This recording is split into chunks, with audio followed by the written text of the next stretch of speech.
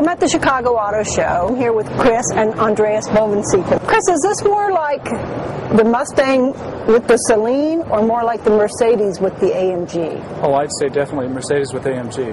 Hans-Werner Alfrecht, the owner of AMG, and the owner of Alpina, Mr. Bovensieken, they worked together and raced against each other since the 60s in very similar business models. Independent family-owned operations with heavy engineering development based on that base BMW. And in fact, in our case with BMW came to us in 1964 and offered us, as Andy was saying, the detailing of the dovetailing of the warranty between the BMW and Alpina, and that was the basis for our exclusive. Yeah, that's the basis for our exclusive working relationship with BMW to this day.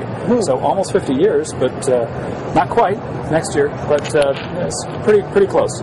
So tell me a little bit about what makes a BMW Alpina. Well, you've said it exactly right. It's a mix of BMW and Alpina. There are no Alpinas, only BMW Alpinas. We co-produce the vehicle with BMW. We engineer the vehicle in close cooperation with BMW, and they're actually built in part on the BMW factory line before coming back to Alpina to finish the production and then going to the importer around the world. So it's a very close and exclusive relationship.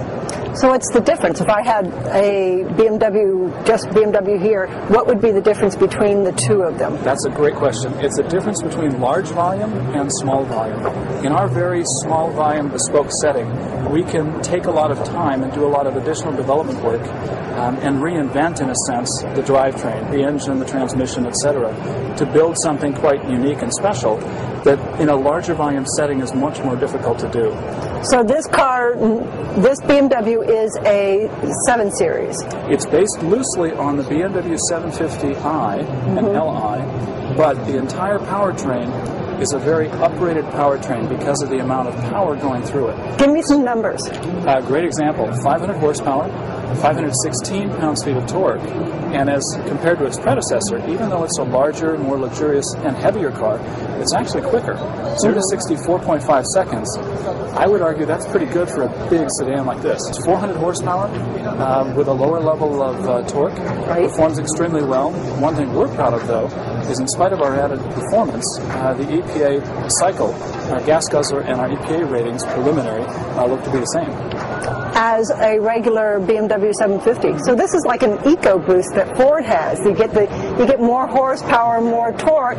You have the same miles per gallon. And it's something that, again, that you can do in a small volume setting that would be much more difficult to do in a larger volume setting. Now, that's why the numbers will be so small. We can build five per workday worldwide for all of our markets. That's with the following wind and all of BMW's help. So it's a very, very limited car. How much more will it cost?